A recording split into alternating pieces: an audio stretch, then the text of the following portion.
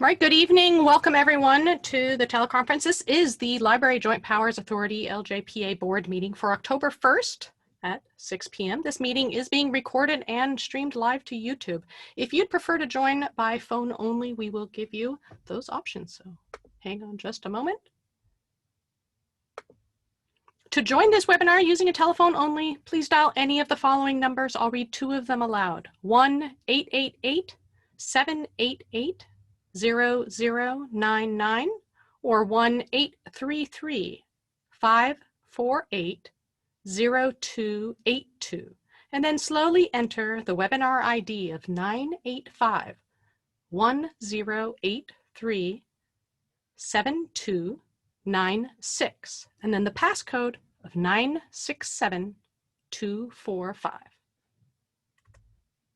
On September 23rd, 2020, the Santa Cruz Libraries Facilities Financing Authority Board, LFFA, posted a notice of cancellation that read as follows. Notice is hereby given that the regular meeting of the Facilities Financing Authority Board of the Santa Cruz City County Library System, scheduled for October 1, 2020, has been canceled. The next meeting will be convened on December 3rd, 2020.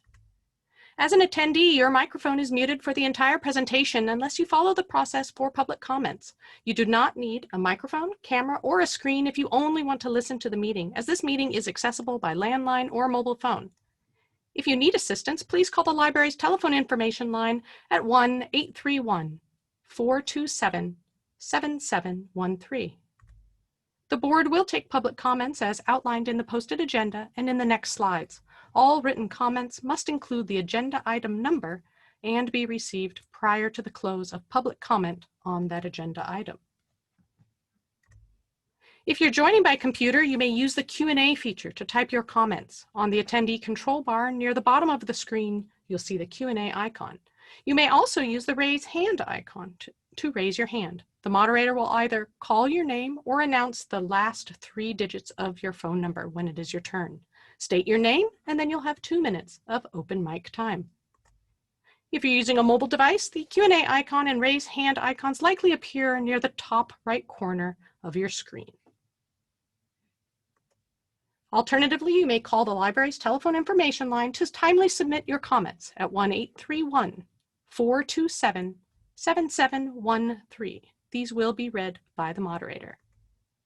Once the board meeting begins, if you're joining by computer, to see all panelists, you may need to use the Zoom control bar and select Gallery View.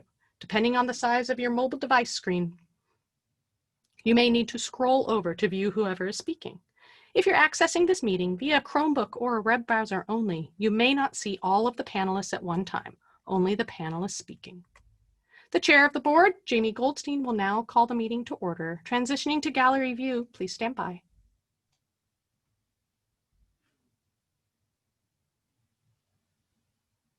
Okay, welcome all to the Santa Cruz Libraries Joint Powers Authority Board. Can we have a roll call, please? Director Tina Friend. Here. Director Nicole Coburn. Here. Vice Chair Martin Bernal. Sorry, I have to mute. Here. Chair Jamie Goldstein. Here. Takes us to the next item on this evening's agenda, which is additional materials. Are there any materials that were submitted after the distribution of the packet?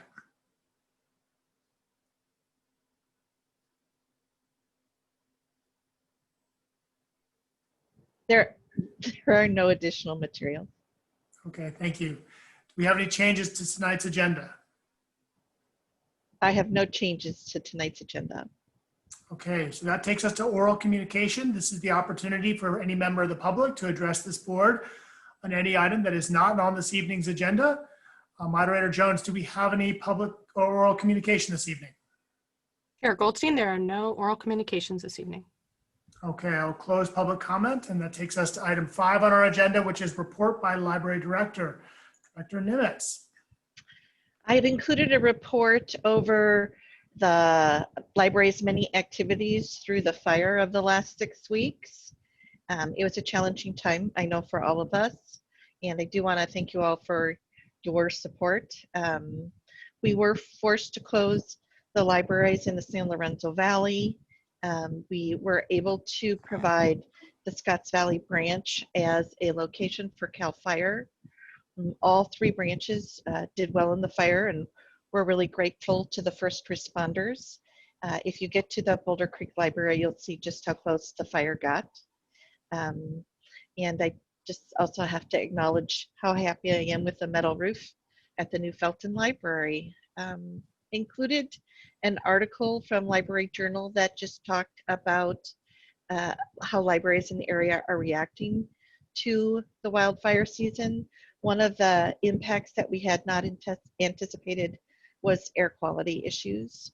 And so that has had some impact on our ability to do curbside services. We're hoping that we're through the worst of it. I also included, because we don't have an LFFA meeting, updates on our projects. A lot of progress has been made since we last met. Aptos is having its final public meeting next Monday, and you're all invited. There's an invitation in your packet. Both Capitola and La Selva Beach are clearly coming towards a finish of construction in the next few months. Downtown made some progress and then has decided not yet to approve the proposed project manager, so we're still waiting to see the next steps on that project. Galfield Park and Branciforte are in permitting, and Boulder Creek, we're removing all the contents of this week and next week, and we'll turn over to a construction company the following week. Scotts Valley has begun a whole variety of projects, both on the outside infrastructure of the building and on the inside. So many, many things happening on the construction side of the shop. If there are any questions? Are there any questions? Seeing none. Thank you, Susan. Sounds like busy times, strange times for sure, with so many closures and challenging operating conditions, and at the same time, so much construction. It's going to go down in history as an eventful one for the library system for sure. 2020 will. Okay, so that takes us to the report by Friends of the Santa Cruz Public Libraries. Do we have anyone from the Friends who's on this evening's meeting? I believe Martin Gomez is here. They're coming off a great victory, and I was hoping they could tell you about it. If not, Cindy Jackson might be available.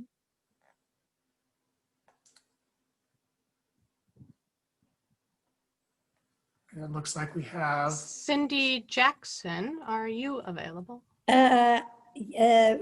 Sure. Would Chairman Goldstein, sorry, we just had a wonderful event with Susan Orlean and Nikki Silva.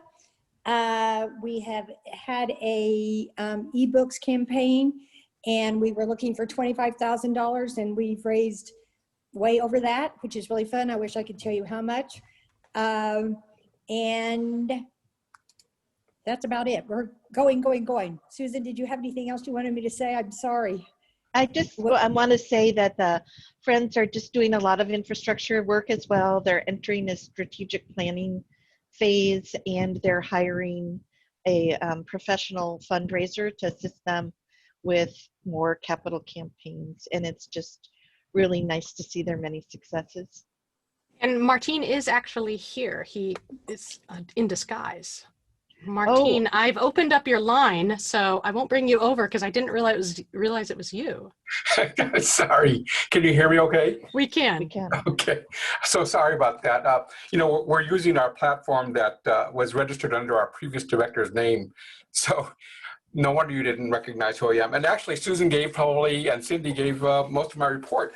I just want to say a couple of quick things. First, thank you for giving us the opportunity to be on your agenda tonight.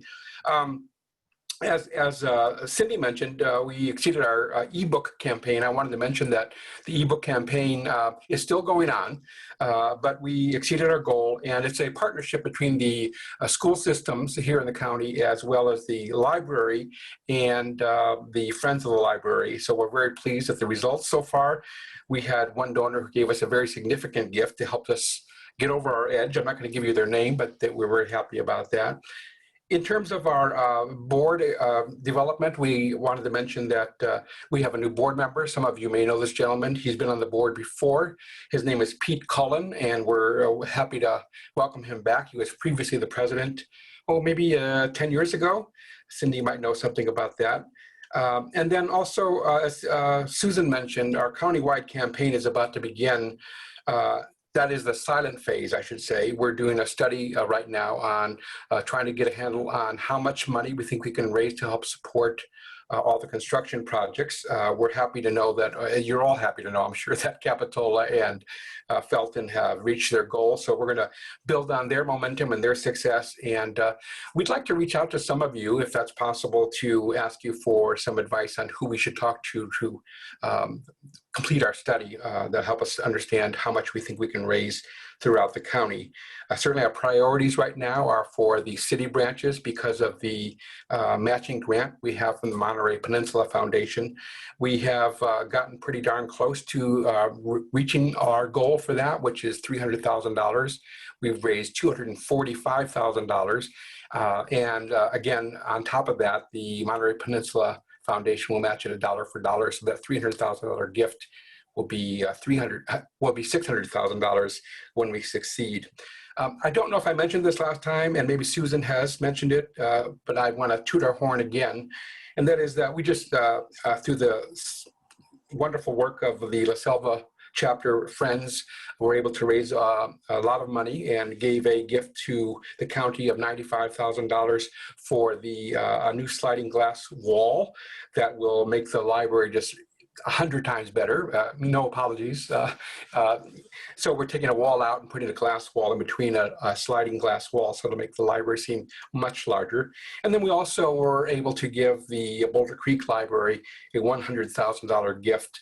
And we're very pleased about that too, because the folks in Boulder Creek, have been having a very hard time, and we're happy to, provide the support for the library.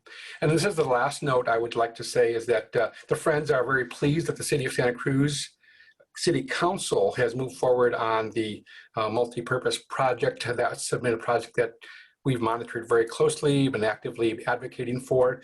And I know, as Susan said, we didn't yet, or there hasn't yet been a selection for the project manager or owner's representative, but we're confident, and we want to make sure that you all know that we think that that's the best way to go, and that we're very supportive of moving forward with the multi-purpose facility.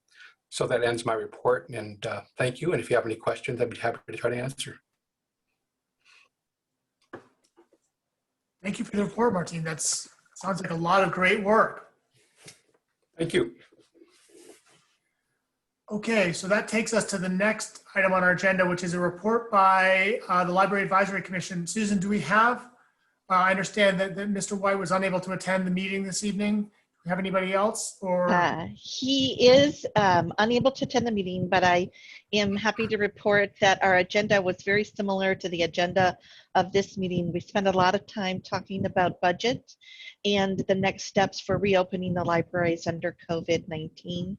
I do have to say the board did endorse our strategies moving forward that we'll be talking about later in this meeting. Okay, great. Thank you for that report. Are there any comments by other board members? I have one, Chair Goldstein, Go or ahead. just a couple. First of all, I just really want to appreciate Director Nemitz and the staff of the Scotts Valley branch. When we were hosting CAL FIRE at the base camp there in the Sky Park, and we thought we had need of the library. Well, we certainly did use it. I reached out to Susan, and she instantly wrote back and said, yes, we want to be part of the solution. So I really want to say thank you, because I know we took it offline. We used the parking. We didn't end up using the inside, which maybe is fine, but there was just no hesitation there. And so I was just very grateful when we're just trying to deal with such an enormous issue, just to have that partnership. So I want to extend my thanks for that. And then also just to echo the excitement that things are happening at the Scotts Valley branch. I mean, things are finally moving. So Monday, we are having our roof replacement and our HVAC replacement project starts, which is just huge. I've literally been talking about it for a year here. So I'm very excited. We're fixing some problems, and very excitingly, we had our kickoff meeting with Group 4 with our project management team. And that was just wonderful to meet the team, the principals, to know that they'd been with Scotts Valley with the initial renovation. And it's just, things are just getting very real for us. And so I've been waiting for this moment. And so it was a very big week. So I'm just going to say to all the library patrons out there, we're going to be seeing great things at Scotts Valley very soon. Thanks. Okay. Thank you, Tina. Okay, if I'm seeing no other comments by board members, I think that takes us to our consent calendar. Looks like we have 4 items on this evening's consent. Does anybody want to discuss or pull any of the items from consent? Seeing none, I'll entertain a motion. I'll move the consent agenda. I'll second. Okay, we have a motion and a second. Can we have a roll call vote, please? Director Friend, Aye. Director Coburn, Aye. Vice Chair Bernal, Aye. Chair Goldstein. Aye. Okay, so that takes us to item 10, general business. We have 2 items this evening on our general business. The first one is a fiscal 2021 budget update. Director Nimitz, do we have a staff report, please?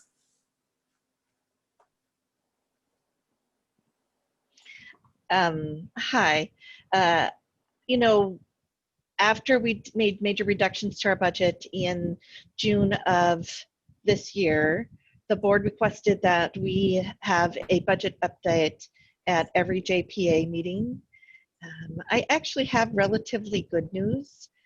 As we're looking at our revenue, our sales tax projections, thanks to Nicole, have been pretty close to what we're achieving. If anything, we're getting a little bit more sales tax than we anticipated for the first 2 months of this fiscal year, which means that our expenditure projections are in line with that revenue source. Our other primary revenue source is the MOE, and we, like everyone else, had some concerns about the loss of nearly 1,000 homes in the San Lorenzo Valley. But the way the current maintenance of effort agreement works, the allocations to the library are predefined as per that agreement of 5 years ago. And up until now, we have been, or the fund has been generating larger sums of revenue than have been given to the library. So it is my hope that the MOE fund will generate enough funds to complete the year without any reduction to it. I think we'll have to get farther in the reassessment process to know that for sure. But at this point in time, I'm not recommending major changes in our proposed budget plan. Okay. Are there any questions for Susan? Seeing none, can we go, do we have anyone who wants to make public comments? Moderator Jones. Chair Goldstein, there are no public comments at this time. Okay. Does anyone have any discussion around the budget update? Jamie, I'll just say that it does look like the first quarter sales tax is coming in, will be higher than what was estimated. So it's looking like it's continuing on that track. I think the online sales have really helped us out a lot. So I think our next meeting with HDL isn't until sometime in October. So we'll have a better indication of what's happening with sales tax, maybe for the first quarter and going forward. But so far it's looking really good. Yeah, that's great news. Our red letter day, I think, is November 20th, if I remember correctly. That's the date we'll get the true up. We'll get the payment for the first quarter of this fiscal year. So that's going to be the next day for all of us to look out for. I do have a question, I guess, Nicole, about the MOE. So I understand how the MOE works and that the excess money beyond what's committed to the library system is being held by the county, and we've allocated it for a number of construction projects. Do you have any concern that the potential, the pending reassessments in the San Lorenzo Valley and Bonnie Doon will affect some of the decisions we've already made about the allocation of that excess MOE funding?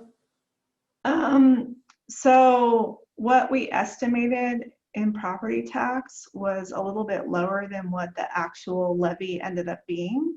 So I'm hoping between the increased taxes that we should have gotten in theory before the fire, minus what's going to happen with the calamity reassessments, that it's not going to have a huge impact on the library fund.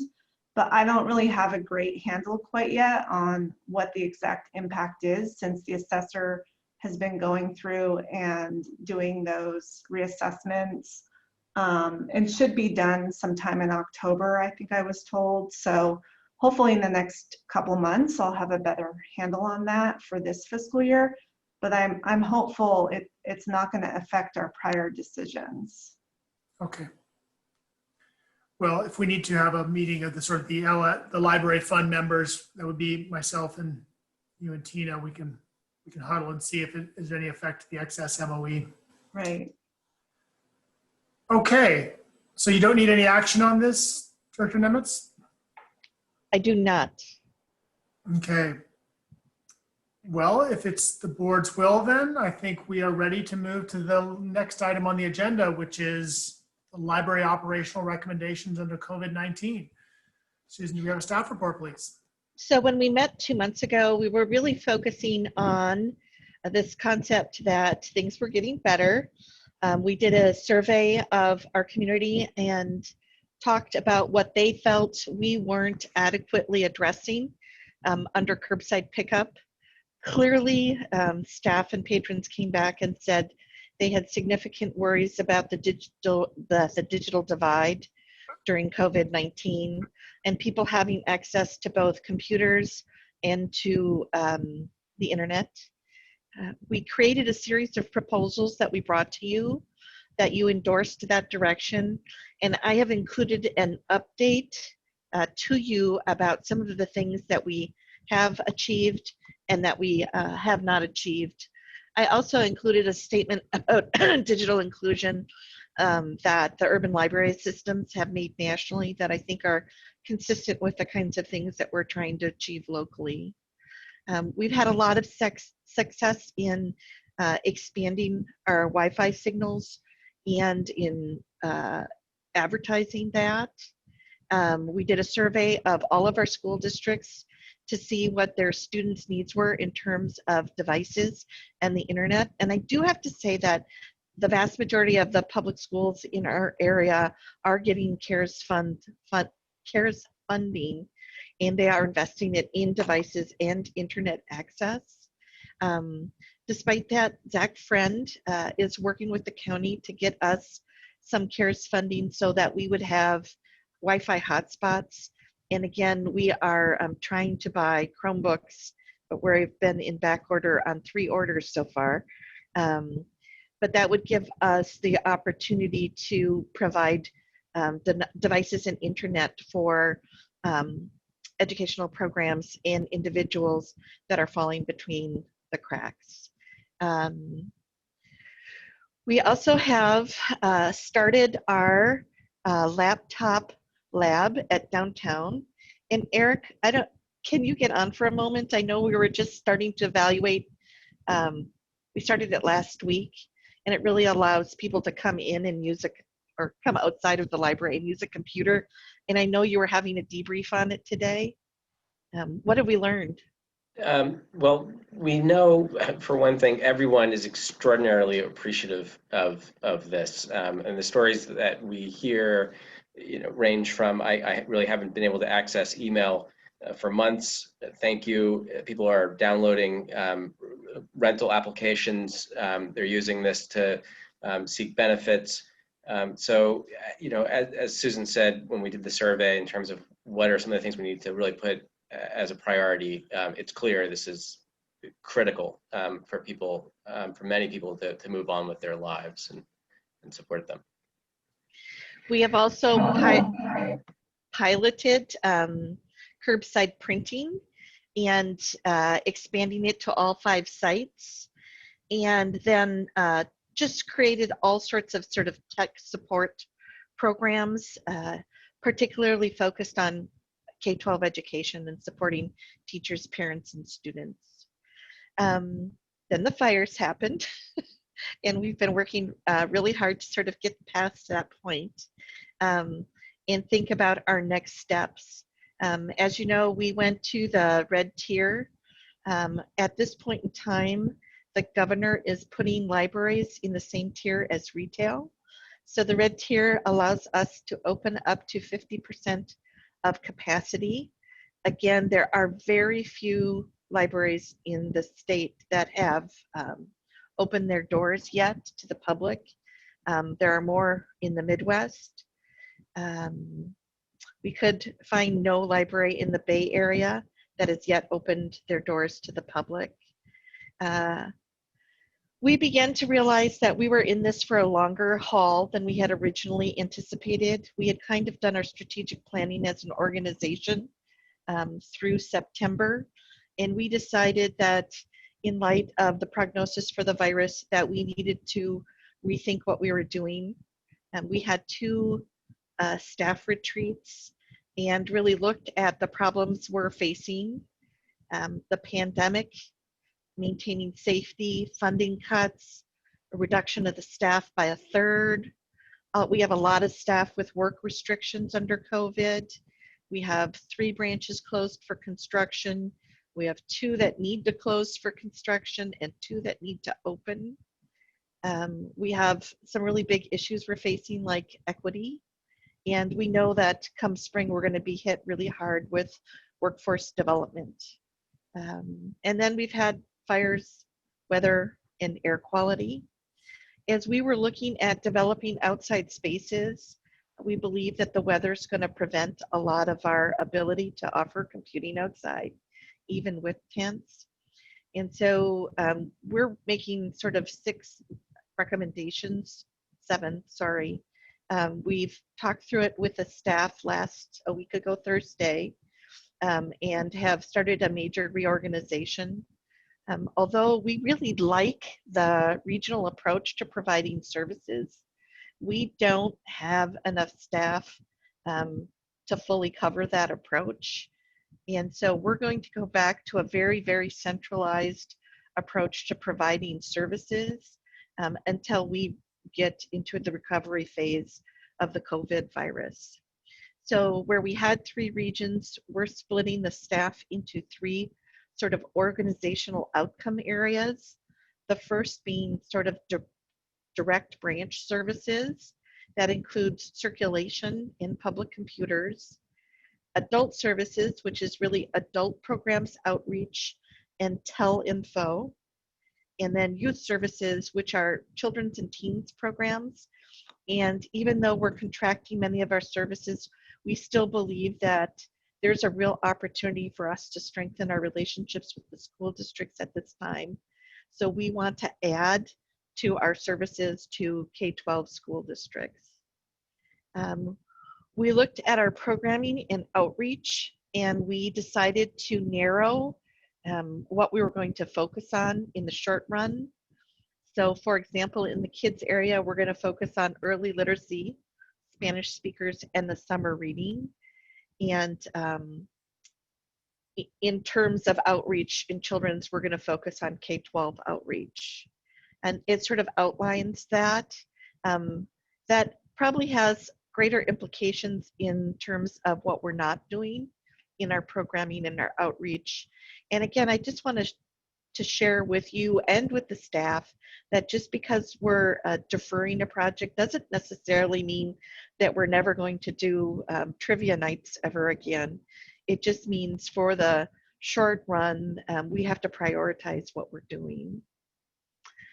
Part of what we're doing, and part of it is an interest by the staff, that staff are being equally impacted across the organization. We identified publicly how we're going to save our $900,000 required by the budget, and it freezes 4.5 positions from admin. We rescinded 1 librarian position, and we freeze 3.5 LA2s. We've done the arithmetic on it. It saves us the $900,000. Our hope is as people retire and resign in the next several months that we may be able to replace the position as long as we can prove to you that we're meeting our $900,000 spending cut. We are struggling to staff our basic services. The biggest impact to the employee is every employee's work assignment, location, and schedule is being reassessed and redefined. And you can imagine how stressful that is for individuals. It's pushing them to days of the week they weren't used to working, potentially working evenings, doing activities that they haven't traditionally done.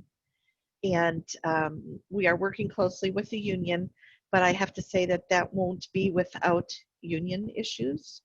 And so we'll just continue to work our way through those issues and do things in as timely a way as possible under the agreement of the MOU.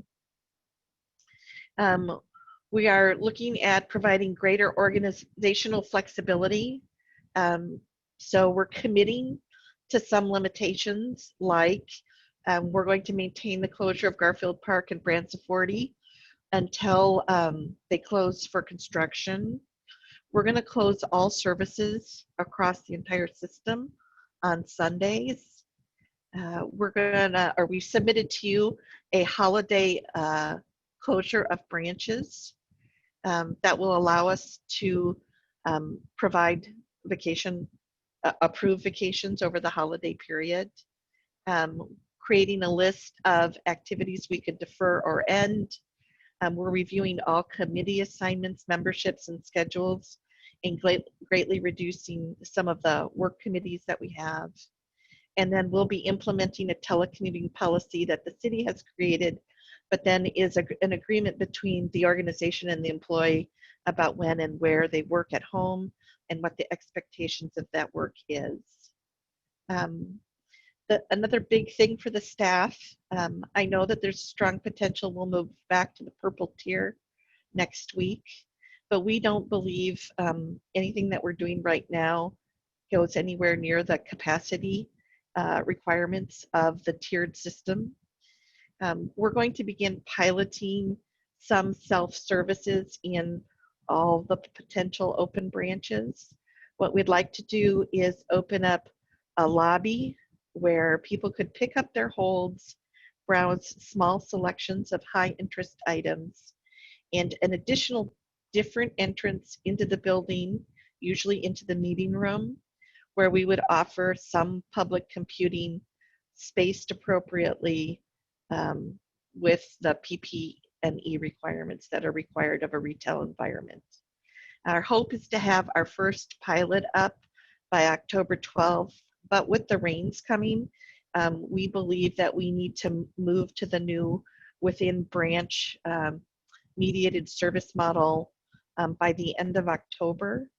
And that's a pretty aggressive schedule. Our staff still remains very frightened for their personal safety and the safety of patrons. And then last but not least, we're just creating some communication pieces on our intranet so people understand things are always changing, so they can go to a single place and see when things changed at individual sites. I'm hoping that, I believe it's within my purview as the director of the library to make these choices, but I would love to hear your thoughts and opinions, and it's my hope that you will endorse our next step plan for opening services at the public libraries during COVID. Okay, Susan, thanks for the presentation. Do we have any questions from board members?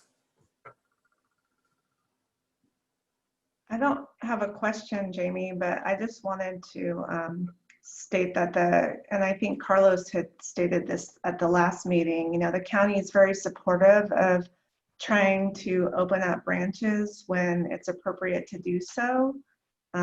We feel it's important to make them accessible to those who may not have the technology or other means of accessing library services. So when the time is right, based on state requirements and local guidance, we would support Susan in trying to do something indoors.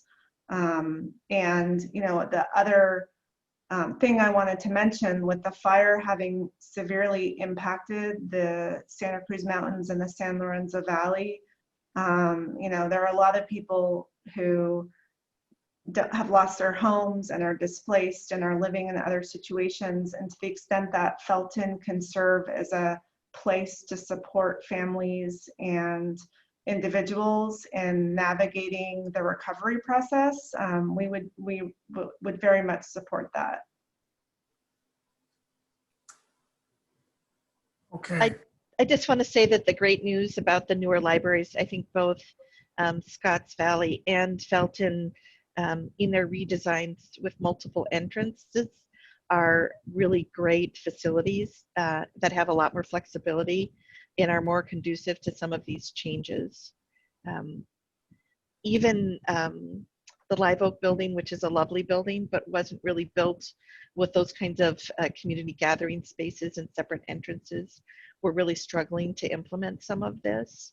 But the two newer branches are proving well designed for new modes of service. Okay. Do we have more questions, or should we go to public comment first, then we can come back with board comments and deliberation? Okay. Moderator Jones, do we have any public comment on this item? Chair Goldstein, at this time, I don't see any public comment. All right. So there, we took care of that. We've closed public comment on this item. Martine, what are your thoughts? Yes.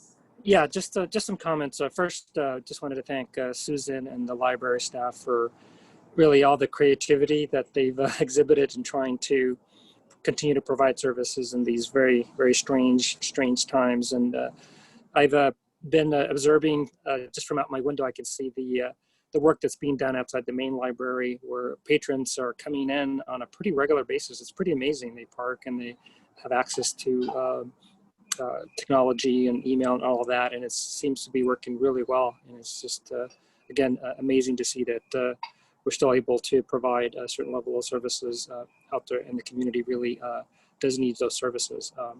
Again, just want to appreciate that, and again, hopefully, as Nicole mentioned, as we're able to expand services and open up the libraries in the traditional way, hopefully we can do that as well. I'm certainly supportive of that as well.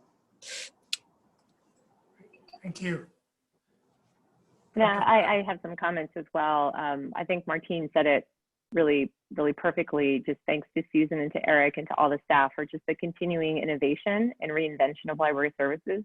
I mean, we've been hearing iterations of the changes and how can we reach and where are our needs. And it seems like the serving the community, the adapting programs and trying things and abandoning things and trying new things has been fairly relentless. And I know that takes a toll on everyone, but I just want to say it's very inspiring for me to see the singular commitment of the library leadership and library staff to be there for the community and as the needs have changed. So I just really want, it's really hard work to keep up that energy and that pace. And so if Susan and Eric, you can convey our thanks to everyone for that and just our appreciation for, again, that singular goal of what can we do to help our community, even though it's so hard to do it and our employees need help too. I also really want to acknowledge the handling of the very poor air quality we had. It was unhealthy air quality, and a decision was made, we're not going to put our staff in that sort of environment. And so I just want to acknowledge that. I thought that was thoughtful to do that. And then finally, with respect to the recommendations, I just want to say I support them. I think that this is a great plan, a thoughtful plan, and I know the plan will change possibly the next time we meet, because that is just the nature of our time. So that's all I want to say. Thank you to all. Great. Thank you, Tina. Nicole, did you have anything you wanted to add? I would just add that since I'm with the county and interact with public health a lot, I'm hopeful we'll be in the red tier for a few more weeks, Susan. So hopefully if we do go into purple, it won't be until mid-October. And I don't know, the state keeps changing its mind as to what it's doing and what it all means. So if we're lucky, maybe we'll even stay in the red tier from here on out. So we'll see kind of what comes down from the state in the coming weeks. Thank you. So I have a couple comments that I wanted to offer. First, I think Director Friend and Director Bernal did such a wonderful job of acknowledging everybody in these hard times that, you know, I think I would probably fall flat trying to top that. So I just want to really just thank everybody. I know it's so hard for staff and it's so hard for management to try to figure this stuff out. You know, in a small city, you know, we have the same challenges and you're reinventing the wheel every day. So it's exhausting, and at the same time, it's inspiring to see what you guys have done. One of the things you mentioned was the $900,000 in salary savings that we identified in the budget. And so I think I heard from you, Susan, something that that I want to sort of say I support, is that we did the same thing in the Capitola City budget, where we identified a certain amount of salary savings, and we have since had people retire or leave the city, and we have backfilled those positions. Those were budgeted positions, and they're sort of critical to the actual operations of the city. And we believe that we are meeting our budget right now in Capitola. So to the extent that we believe we are meeting our budget, that we've adopted or doing better, and you have other vacancies beyond this, I would be fully supportive of backfilling those positions, particularly for critical needs that will help provide services to our community, because in these times it's so important that we do continue to innovate and continue to do our best to provide those services. I also want to echo something that Director Coburn and Director Bernal said about the buildings. You know, I know there's tons of challenges with getting those buildings open. I know that there's challenges with unions. I know that there's justified concerns by employees. How do you keep the public safe? All of those things. I also would point out the fact that, you know, the supermarkets have been doing a pretty good job of it for a long time. And so I really would, to the extent that we can do it possibly and do it safely, look for opportunities to do that. I'm really encouraged to see that we're looking at this opportunity to use the lobbies, and you know, let's continue to try to innovate and keep our eye on what tier we're in the state system. And then lastly, and this one's kind of a minor thing, is my recreation director just came to me with an interesting idea that we're going to be doing in our rec department about some sort of a mobile Halloween thing where people can kind of dress up their cars and come through our rec center on Halloween. I know that for a lot of children, the Halloween experience is going to be very different this year than it's been in past years. And I would just toss that out to you, Susan, is maybe there's something that the libraries could do in some sort of event that helps engage youth with the library and also provide a kind of a Halloween-like experience in some sort of safe way. I don't know what that is. Certainly not going to try to make it up on the spot, but the thought just occurred to me that maybe it's a good opportunity to try some sort of new engagement that we haven't in the past.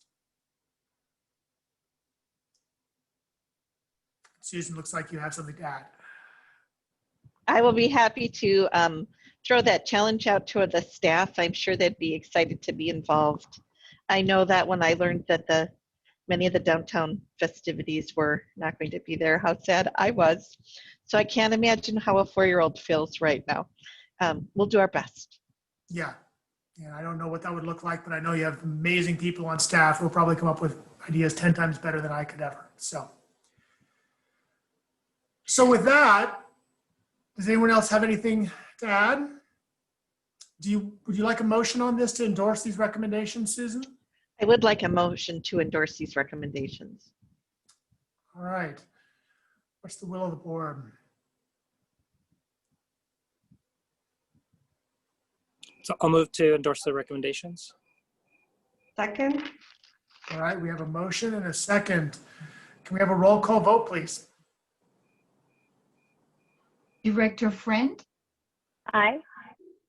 Director Coburn, Aye. Vice Chair Bernal, Aye. Chair Goldstein. Aye. Motion carries unanimously. And so Jamie, there was one thing I'd like to point out, that at the next meeting, we are scheduled to discuss the MOE direction. So it's my hope, we're not meeting till December 3rd, that the group that's working on the next MOE contract could meet and pull together a recommendation. It'd be nice to do that, get that done before we get into the budget process. Yeah, that would be helpful. Okay, well, Okay. You've thrown down the gauntlet. Well, we'll try to do it. Yeah, Martin and I just need to meet, and yeah, it's on my list, and then I got thrown into some other things, so. Yeah, All right. same here. All right. Well, no thank problem. you for calling our attention to the pending item on the agenda for our next meeting, which is scheduled for December 3rd at 9 a.m. Martine, do you have anything to add? No. Nope. Okay. Seeing none, then I will adjourn this meeting. Thank you all for coming. Thank you. All right. Bye. Thank Have a you. good night. Good night.